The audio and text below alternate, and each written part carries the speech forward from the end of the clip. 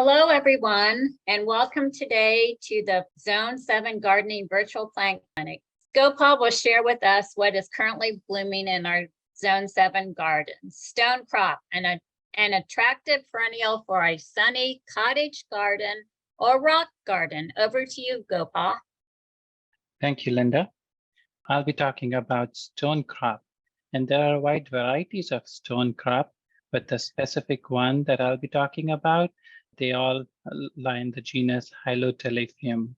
They used to be under the genus Sedum, but recently they have been recategorized under Hylotelephium.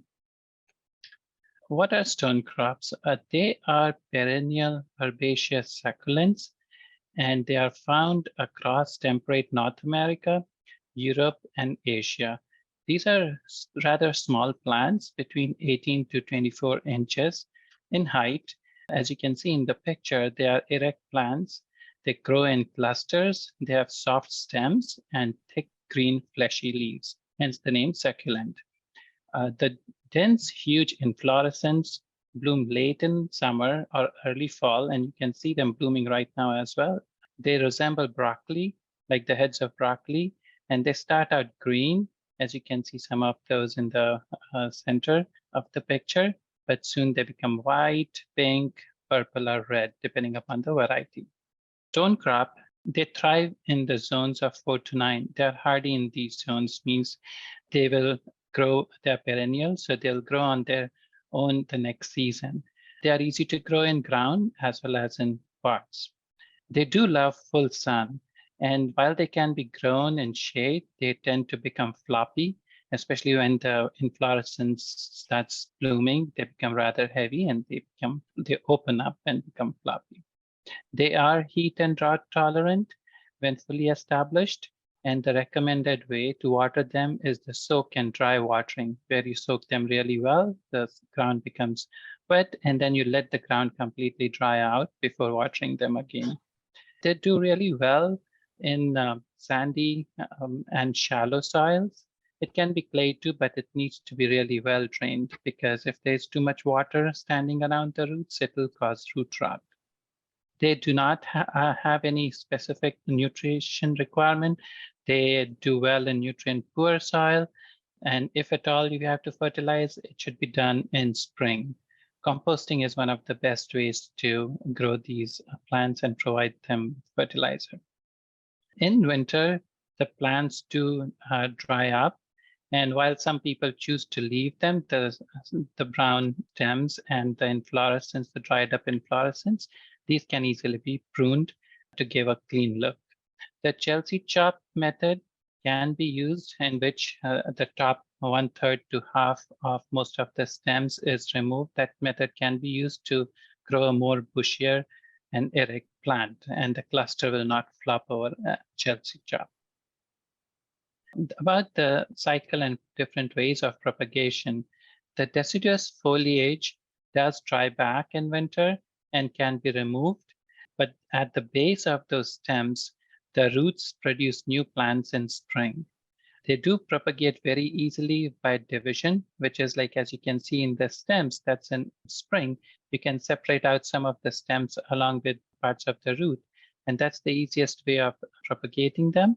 But stem or leaf or seed-based propagation can also be used, just that they do take longer.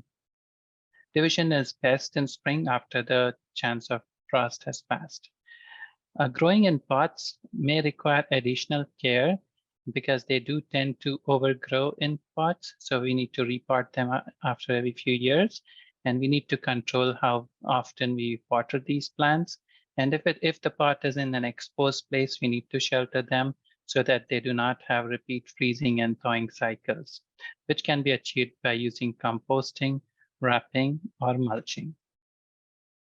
There are no major maintenance requirements because these plants tend to stay small, 18 to 24 inches, and because the soft stems dry up and the entire plant almost disappears if you choose to prune them. So they do not need major maintenance. However, the inflorescence that we talked about, looking like a broccoli, that may be heavy and may cause the plants to open up especially for plants that are growing in the shade. This may also happen if there are storms or heavy rains, and this can be reduced to some extent by using the Chelsea chop method of pruning. Wet soils do cause root rot, as in most of the other plants. And while it's not common, but slugs, aphids, etc., may damage the plants. Growing the plants in pots does help reduce some of these issues above, but the pots do require additional care. And like we discussed, they need to be sheltered in winter. They may be deer and rabbit resistant. In my yard, I've not had those problems, but given a chance and the need, deer would attack them as well. What are the benefits of stonecrop? These plants are beautiful in landscaping. They can be brought indoors as well as ornamental houseplants, both growing in pots as well as cut foliage and cut blooms. Even the dried ones can be left either standing in the bed, or they can be cut and used for decoration indoors. They are attractive to bees, butterflies, and different pollinators, as well as songbirds. The young stem and leaves of these plants are not very toxic. They may be edible, and they do have undesirable taste. They are also called life everlasting because they can easily regenerate and they stay fresh. Even the cut ones stay fresh for a very long time. One of the interesting things that I used to try when I was a kid was growing these plants from the leaves. A lot of plants grow from the leaf itself, and that was really interesting to observe. And it's a nice pastime for the kids. Landscaping and companion plants. These are often planted in small groups in rock gardens along with other types of sedums, other succulents. They can serve as accents or as borders or as individual specimens in clusters. They do provide a low maintenance, low water, and low fertilizer requiring perennial, so which means that with very little care or no care at all, they provide good ground cover as well as a nice color to your yard. Other companion plants include like the ones that have similar sun, heat, and water requirements, namely coneflowers, rudbeckias, asters, etc. The word stonecrop itself refers to their growing wild on rocky or stony ledges, and that's why you often find them in rock gardens or in sandy places. Here are some varieties of stonecrop.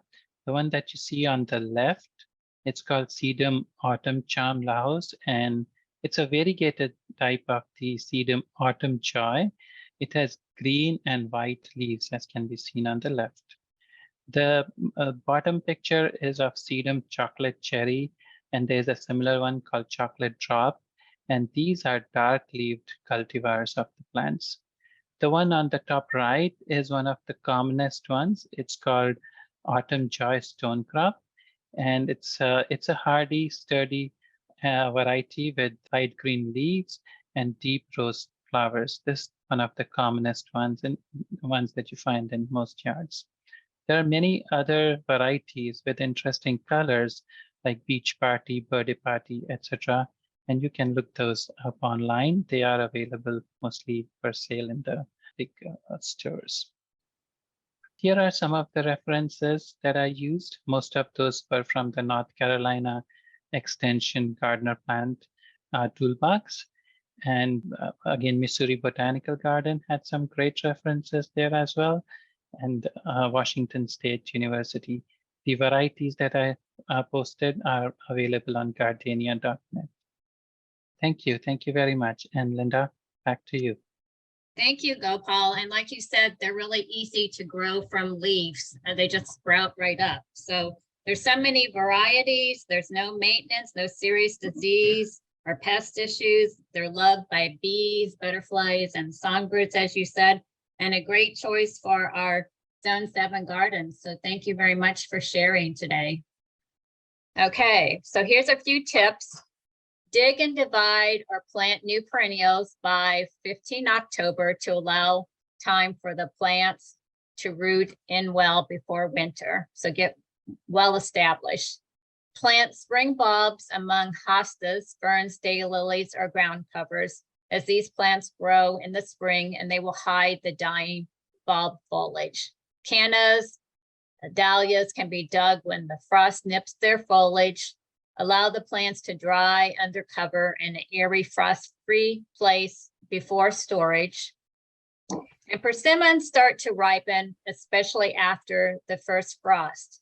And a reminder, here in Zone 7A, our first fall frost is typically between 15 October and 25 October. In Zone 7B, it's 25 October to 5 November. And you can also check out, 2 weeks ago, we had a Zone 7 plant clinic on persimmons and pawpaws. So you can go to our YouTube site and check out the presentation there. Another thing to do in October is place guards around the trunks of young fruit trees for protection against mice and rabbits.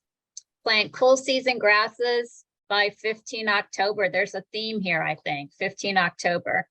Fertilize September through November for the cool season grasses to promote good root growth, and apply herbicides to non-seeded areas to kill the cool season broadleaf weeds such as dandelion and chickweed. And my source is Missouri Botanical Gardens. They have all kinds of great information for tips and diseases to look up monthly, and also bloom times monthly as well. Fairfax Master Gardeners website. You can subscribe by email to receive notices when our site is updated. You can follow us on Instagram and look for gardening advice. For even more information, check out our YouTube site. Thank you for joining us.